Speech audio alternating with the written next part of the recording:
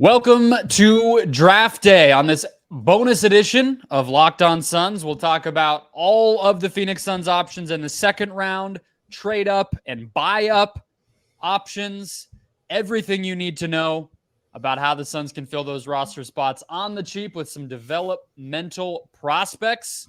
Let's dive in. You are Locked On Suns, your daily Phoenix Suns podcast, part of the Locked On Podcast Network. Your team every day.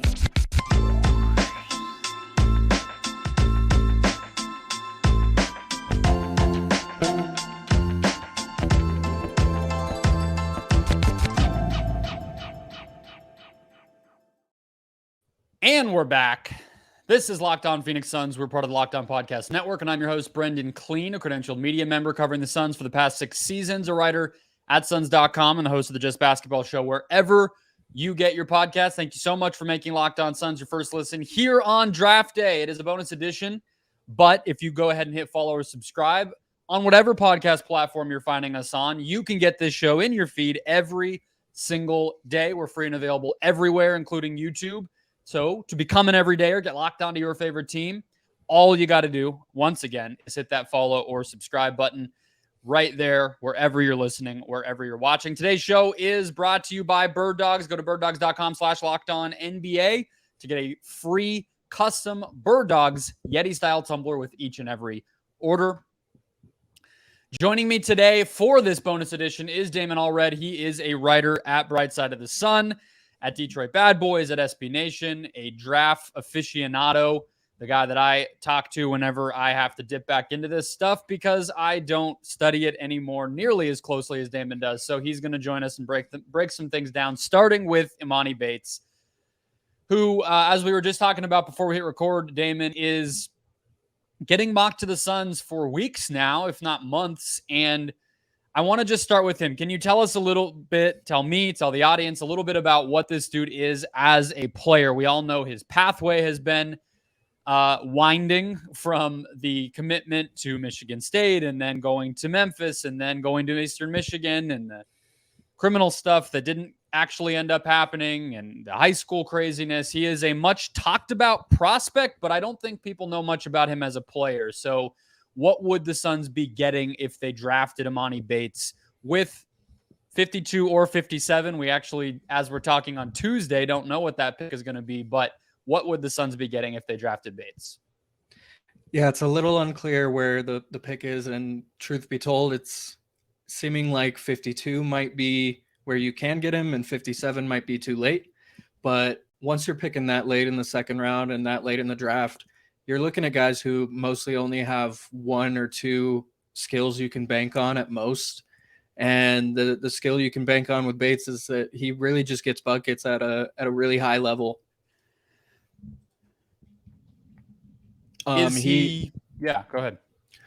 He had one game earlier in this season where he had 43 points and dropped 29 of them in a row, and the defense just couldn't do anything against him. Single-handedly brought Eastern Michigan back from out of the game to in the game, and even got the lead by the end of it, I think. And he had another game even before that where he was playing as like the underdog Eastern Michigan against Michigan Wolverines. And in that game too, he really showed the level he can get to as a scorer. And that's considering that like Michigan is one of the only opponents on Eastern Michigan's schedule that, you know, is going to be respected by NBA scouts, truthfully. And so that was a game where he had to show out. The pressure was all on him, and he was able to do it. They also played FAU, I believe, and he had 29 points, which I don't know how much of a game worth paying attention to at the time that necessarily was, but obviously that team went on to the national semifinal and the Final Four this year. Bates seems to me like one of those dudes who he just has been a product of his environment in maybe a negative way. And he's just one of those guys where when you watch him, it seems pretty clear that he has not been in a super structured basketball environment for most of his life. I mean, this is a guy who had a high school created for him. You know what I mean? And basically just never has had that. And in Memphis didn't play a ton, which could have been that for him. So I think it would be a real, I don't want to say risk, but it would be a real gamble, and it would be a real future-minded thing. This is not something where you're drafting Emoni Bates and saying that's our sixth man. This is not Christian Brown, right? So that part interests me from the perspective of him not having, or the Suns, I should say, not having a G League team. It feels like this is a guy that probably should go to an environment like that and try to play a little bit more. Do you feel like when you watch Emoni Bates that there is a well-rounded basketball player in there somewhere, or do you watch him and feel like maybe it is a risk, even though I just said I didn't want to use that word to take somebody with so little sort of crafted about them right now? Yeah, so one thing I do want to point out is with that Memphis season, he did reclassify and was still the youngest player in that class too, I think. And so he was just finishing up what would have been on a normal player's timeline, what would have been his freshman year in college. And so I do think that that's worth pointing out. But in that Memphis environment, there was a point in that season where Penny Hardaway, coach of that team, just was having trouble finding any sort of good, play initiation, setting the table for others. And at one point he even turned to Bates, which a lot of people questioned at the time because everybody knows that he's more of I get mine and I can't do a whole ton of else. And so I'm not normally asked to do a whole ton else, but Penny Hardaway went to him in that way and it went really well. There were a lot of growing pains, honestly, but for someone who hadn't really done that at any structured level, like you mentioned in high school where his dad created that high school team and it was strictly how can we best showcase, really not even develop, really about showcasing Emoni. And so I think that the more structure that he's in, he's really on a good development arc in that way.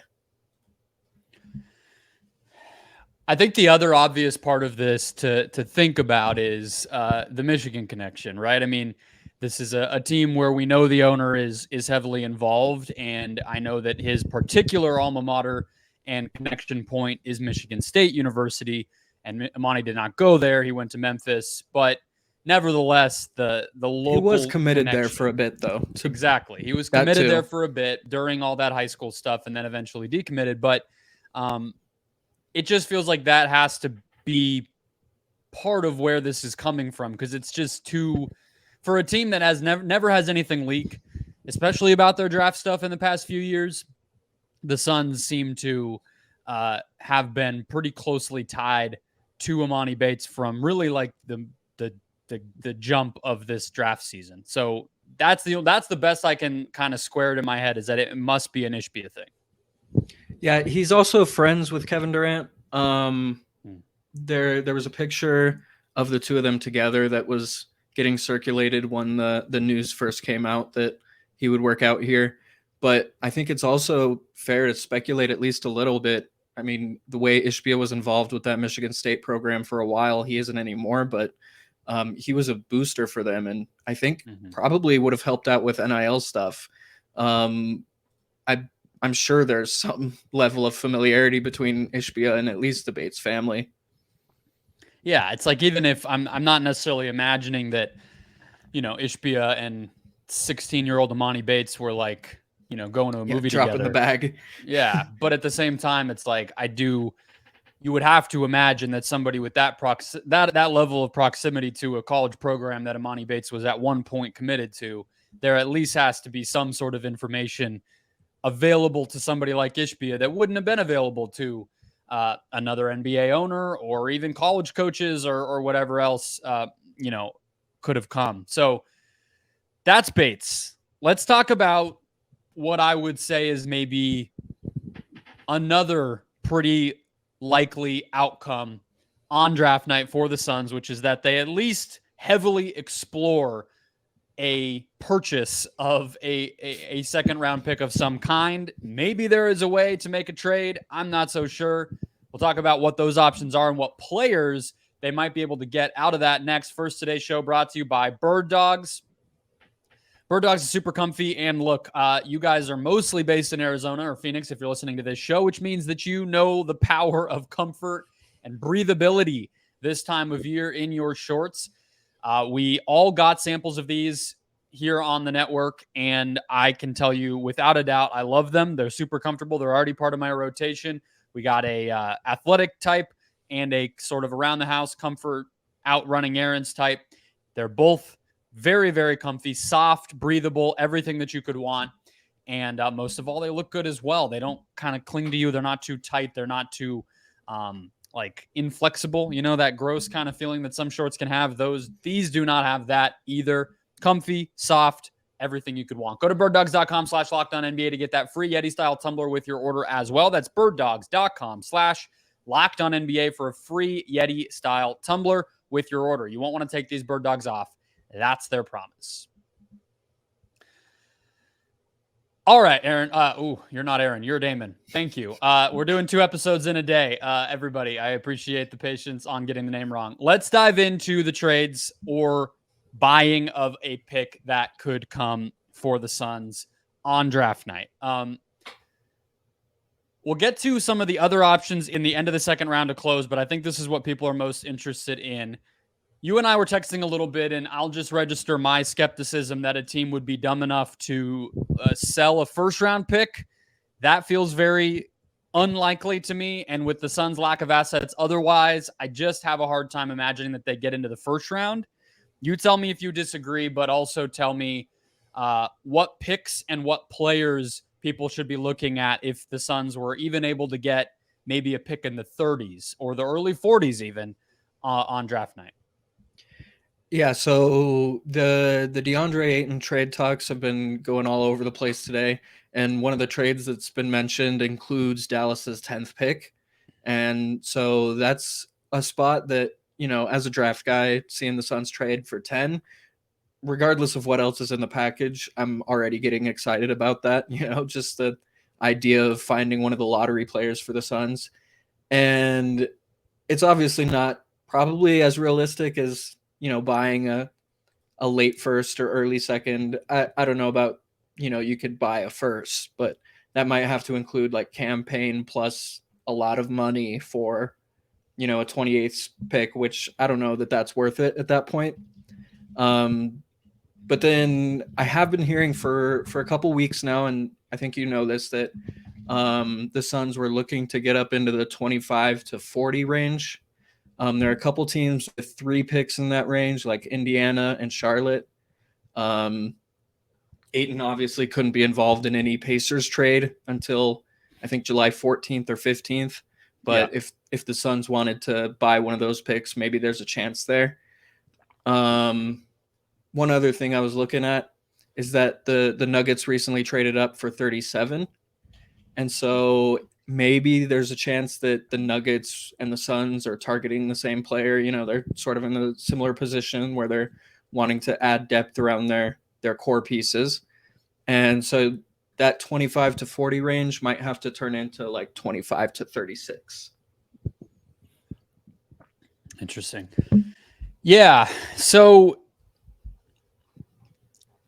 I was trying to look at what the amount of money that can be traded is, because it changed. I believe it actually gets reset and changed each year. And so the most recent one that I could find was for the 21-22 season. I couldn't find for this past most recent year, but that season 2 years ago was the limit for the NBA was about $5.8 million. That's a lot. It would not surprise me if Matt Ishbia was comfortable doing something like that. But again, I think teams just get shredded when they do that. And so I have a hard time identifying what team necessarily is in a situation where it would make more sense for them to just go ahead and basically get rid of their pick altogether rather than just roster that player. I don't know. Even the Hornets, they just got purchased. You know, those guys are not looking to shed money and all this and that. Maybe the Pacers, they're always a great candidate to be cheap, but we'll see. I think your thoughts there are great. Let's talk about the players they might be targeting. Do you have anybody that you have in mind or that you've maybe heard or seen linked to them from other draft people that they might actually be targeting if they got picked 34 or something? Sure. One of the guys that I've really loved throughout the whole cycle is Arkansas freshman wing Jordan Walsh. And he was an All-American, McDonald's All-American coming out of high school, played for a team that went to the high school championship game. And then once he got to Arkansas, it was kind of just determined that, Anthony Black and Nick Smith Jr., who are probably both going to go in the lottery, it was just determined that those two were going to take most of the Arkansas offense. Also Ricky Council Jr., who's a late second-round pick, who I also like for the Suns. He was also one of their offensive creators that they already had coming back. And so Walsh had a hard time finding some offense. It didn't help that he frankly didn't shoot the ball very well. I think his catch and shoot numbers even were below 30% from three. And so he didn't get much of the offensive share, but on defense, he just really shines. And especially in March Madness, it showed. He locked down Jalen Wilson from Kansas, who's probably going to get drafted ahead of him. He locked up Arthur Kaluma from Creighton earlier in the season, who's one of the most skilled forwards in college basketball. I would even like Kaluma with a first-round pick if he came out this year. But, and Walsh just plays this suffocating defense that the Suns really need from a wing spot. And it was what they were searching for the most at the trade deadline, it felt like. But he just would fit that spot really well. I compared him to Herb Jones when I wrote about him. He's almost identical in size. And so he's a guy I'm really high on in that range. He, last I saw, was box number 39 by ESPN. It seems like a lot of people are high on him. I watched the interview he did actually on our network with Rafael Barlow on the NBA Big Board podcast, and he seems like one of those guys that just kind of has a good head on their shoulders as well. He is pretty young. We don't know if the Suns will feel the same way about youth and just their philosophy overall as they have in the past. I mean, I just think in general, when you're talking about a second round pick, in some cases, beggars can't be choosers. It's a little bit more who's falling and who can you really get, more so than like picking your guy necessarily. So we'll see what their philosophy ends up being here. There's a couple names that I liked here. One of which, how do you say the Santa Clara kid's name? Oh, Podziemski. Yes. So I thought that he was going to, he was somebody like a month or two ago when I first did a little glimpse about the draft that I thought might be in play. It seems like he's going to rise and not even really be in the range of where we're talking about. Is that right? Yeah, he was mocked 19 today. Yeah. So I also love him, though. He was my dream candidate when I first heard that they were looking to trade up. Yeah, 20 years old, can shoot. Seems like he just kind of plays a pretty smart NBA-ready style already. But, yeah, he got a green room invite, it sounds like, as well. So I just have a hard time imagining he'll be available. One of the other guys is Ben Shepherd. Just looking at players who might be a little closer to NBA ready. He's somebody who can shoot the ball. He is somebody who has decent size. What do you think of Belmont? Seems to be a little hit or miss. I mean, in terms of they have these guys every few years. And I don't know if their track record is incredible of producing NBA players. That conference, or I know they just changed conferences, but their level of competition is not elite. But his numbers seem pretty solid. I mean, he took 6 threes per game this year for them and shot 42%. Is he somebody who you could see being available here? And do you like him as a fit on a team that might want him to come in and maybe play some minutes right away? Yeah, I love Ben Shepherd's game. I actually have a piece coming out on Brightside touching on him on Wednesday at around 11. And so perfect time for this podcast too.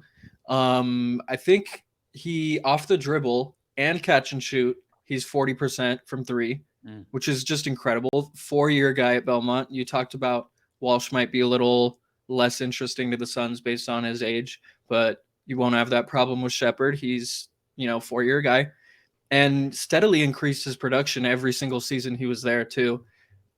Started out as an end of the bench, only averaged like 3 or 4 points a game his freshman year, I think, and has just become, one of the better offensive engines for a mid-major. He averaged 18 plus points per game this season as a senior. And I I think he's pretty good. All right, last one here. We can go for a couple minutes on Amari Bailey. He seems like he's being mocked all over the place. I just did a NBA draft kind of quick preview for the Just Basketball show that I do, and we had Ricky O'Donnell from SB Nation on, and he was talking up Bailey almost as like a first-round guy, or at least like somebody who could end up having first-round value when it's all said and done. I know he's 19 and didn't get a lot of playing time at UCLA, but now I'm looking at ESPN and he's at 46. So it seems like he's one of those guys that could go in any number of slots here in this draft, but big guard who seems to have a lot of untapped potential, similar to what you were saying with Walsh, more highly regarded coming out of high school and then just kind of had a weird freshman season. But he seems like the type of guy for a guard-needy team, or at least like a point guard-needy team like the Suns seem like they might be, who could get in on the court and play some minutes. Maybe not year one, but on his rookie contract. Yeah, unfortunately for Bailey, when he got to UCLA, Mick Cronin, their coach, is just one of those college coaches that don't love playing freshmen right away unless, you're out of this world level good. And Bailey just took a little bit of time to develop into that. And I think once he got to the combine, you started to see more of that game slow down for him. He looked really good in the scrimmages, showed a lot of energy on both ends, and looked like, frankly, one of the most dominant players on the court whenever he was out there.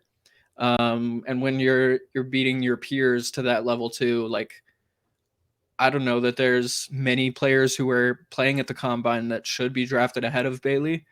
I'm really high on him. I think he should go early second round at the latest. And every time I've done like the community mock drafts that we do with at Mavs Draft, he's always going late 20s, early 30s. And so I think that a lot of people are higher on him. I know ESPN tries to be more team intel based with their mock drafts. So it could be that NBA teams just aren't as high as, draft blogosphere is, but I really like Bailey. I think he can do a lot from the combo guard spot. Yeah, I'm not really sure how team intel based they are. And I don't even mean that like to say that they're not. I genuinely sometimes wonder, and I think especially in the second round, I'm not exactly sure how much they're really linking those things up. I mean, it's the same thing we talked about with Bates. It's just it sometimes feels like a guessing game because it is. Also in the second round, all these picks get traded. So it's pretty tough to tell, but I like Bailey. I think he could make a lot of sense wherever he lands as a good bet to be better than wherever he gets taken, just because that talent is so obvious. And even the numbers, like big picture, you look at what he did at UCLA and he still made his threes and was pretty close to like a 1-to-1 assist to turnover ratio, forced turnovers at a pretty decent solid rate. I mean, I know he didn't get on the court a ton, but it's hard to hate what he did. And he still played, it's not like we're saying a guy played, 200 minutes. He played 800 minutes. It just wasn't featured the same way that maybe some other, universities might have allowed him to be. But let's go back again to later in that second round. Some of the guys that the Suns have actually worked out. Damon's been keeping up with Instagram stories and, the Twitter rumor mill and everything else to track down who exactly the Suns are actually tangibly interested in based on bringing them in to the building. Talk about those guys and what they could bring to the Suns at 52 or 57. Next, First Today Show brought to you by eBay Motors. For a championship team, it's all about making sure every player is a perfect fit. It's the same when it comes to your vehicle. Every part needs to fit just right. So the next time you need parts and accessories, head to eBay Motors. With eBay Guaranteed Fit, you can be sure every part you need fits right the first time around. Just add your ride to My Garage and look for the green check to know the part will fit or get your money back. Because just like in sports, confidence is the name of the game when you shop at eBay Motors. With over 122 million parts to choose from, you'll be back in the game in no time. After all, it's easy to bring home a win when the right parts are guaranteed. So get the right parts, the right fit, and the right prices at ebaymotors.com. Let's ride. eBay Guaranteed Fit, only available to U.S. customers. Eligible items only. Exclusions apply. All right, we'll close things out here. Let's go to the second round. Back to the end of the second round where the Suns actually have a pick right now, Damon, and talk about some of these guys. You have been tracking this for Bright Side of the Sun, doing great work, keeping track so we all don't have to. Walk us through the names of I think it's 5 guys now that the Suns have brought in for workouts. And if there's anything you feel like they have in common, please let us know. Otherwise, we can just talk through each guy because I'm not sure they do have anything in common. Yeah, so the first guy, probably the most famous of the guys we haven't mentioned yet, is Marquise Noel, who's that 5'8" Kansas State point guard that led them to the Elite Eight.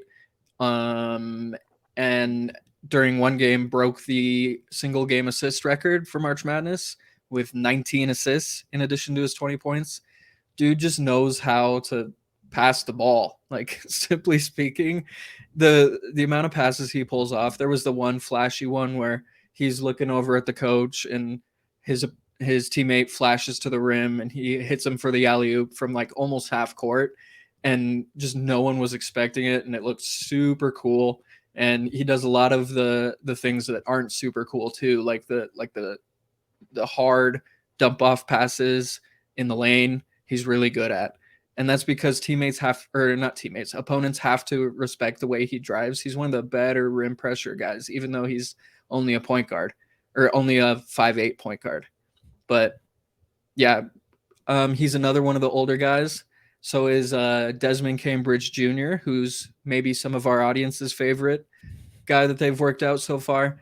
Hit that crazy shot to win it over U of A from 3/4 court with the terrible defense by the Wildcats. And he's got a lot of funk to his game. Another old guy, 24 years old. I think there's no one older than 24 in the draft. So 6 years in college, baby. Yeah, absolutely. And I think he'd be one of those good guys for a G League program if it gets up and running in time. And then moving on to Tanner Groves, an Oklahoma big. He's kind of in the Jock Landale, Frank Kaminsky mold of a little bit of stretching and a little bit of slow feet.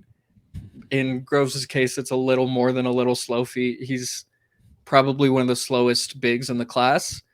Not ranked by ESPN on their top 100 board, but definitely one of the guys that probably could be had with an undrafted opportunity. I've been noticing he's working out everywhere, though, so I think if he's impressing the Suns, he's probably impressing others as well. And then the last guy is a guy that I just heard about today, Trey Jemison from UAB. He's another big, and the dude is just a huge frame, like Steven Adams kind of frame. Obviously, still more muscle to put on, but he's listed on College Basketball Reference right now at 7 foot 260. So that would be a pretty big pickup. And he just looks like an athletic guy who can block a lot of shots. He was like 7.5% block percentage every year, or higher in some cases. Career 3.8 blocks per 100 possessions. So just a massive big in there. So appreciate the breakdown. I don't have thoughts on many of those because I definitely did not watch them if I didn't watch the first round guys. So I will not pretend like I did. That's good analysis though, for sure. Cambridge was the one who kind of jumped out to me maybe more than others just because of his age. But I agree, watching him, and he is the guy I'm most familiar with of any of these, didn't strike me as NBA ready then. So despite being older, I'm not sure if he would be. Excuse me. But the one thing that I did want to kind of put into perspective for people, and I brought it up a little bit on the podcast here and there, but I would hope that the Suns, being more willing to spend than they were in the past, and also being ready with the G League program in the coming years and being a contending team, I would hope that the Suns would be a team like the Lakers tend to always be, and Miami has kind of established themselves as being, that would attract undrafted free agents on draft night, or would be a team that agents of some of these guys would call and say, like, we want to come to you and we're going to make our way there. Because that's what I don't know if fans always necessarily realize about the second round, is when you really read about this stuff or hear kind of how teams are thinking about it, if you're getting picked in the late second round, you're normally choosing to be. And a lot of these guys, like, local fans might remember it with Lou Dort. Oh my God, he went undrafted. It's like, well, yeah, he chose to be undrafted. He wanted to go to a team where he could prove himself right away and engineer his career in such a way that he had a little more control. And so I think it would not surprise me if we see, whether it's these guys or maybe others that we haven't heard of, if the Suns are just sort of one of the destinations for it's the same as veteran free agents, the same way we're talking about, oh, such and such guy's going to want to come on a minimum. The same thing is true for young players. If they feel like, hey, I can get a real roster spot here because this team is cap strapped and it's a good place to play and a good place to win. I don't know if you have thoughts on that, but I did just want to say that because I think that'll be a big change from what we've seen in the past. Yeah, for sure. There are a couple guys at the end of the second round that would be good candidates for that, like a Ricky Council the fourth, who we mentioned earlier. A lot of off the dribble juice from him, and probably one of the better creators at his height in the class. So if he ends up being undrafted, going to the Suns, then they probably really like him. Why is he? It feels like he's older than he should be. That's very bad analysis, but he's only been in college for 3 years and he's already 22. That struck me. Yeah, he's probably just was held back earlier in school or something like that, third grade, or like my parents did with my little brother. They just start him late. Yeah, start him late. Yeah, I had a friend he's like the oldest in his class or something. I had a friend whose birthday was in before the school year, and he was a full year older than us. So he was like almost a literal year older than me. So yeah, maybe it's just that. But either way, you're getting a guy who, physically and everything else, mentally might be a little more developed, but didn't quite have to go through all those years of school. So it can be a win-win. Either way, he is a good name to end on, I think.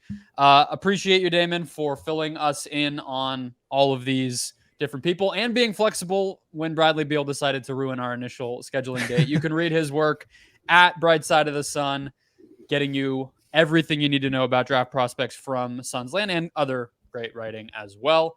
We will be back after the draft. I'm going to say we will. I will be in San Diego at a undisclosed location that may or may not have good Wi-Fi. So we are going to be in a fingers crossed situation on draft night. Either way, I will try to get to you at some point over the weekend if anything happens in Suns World. So please hit follow or subscribe, get this show in your feed. That one, as well as all of the rest throughout the offseason and beyond. And I will catch you guys all soon.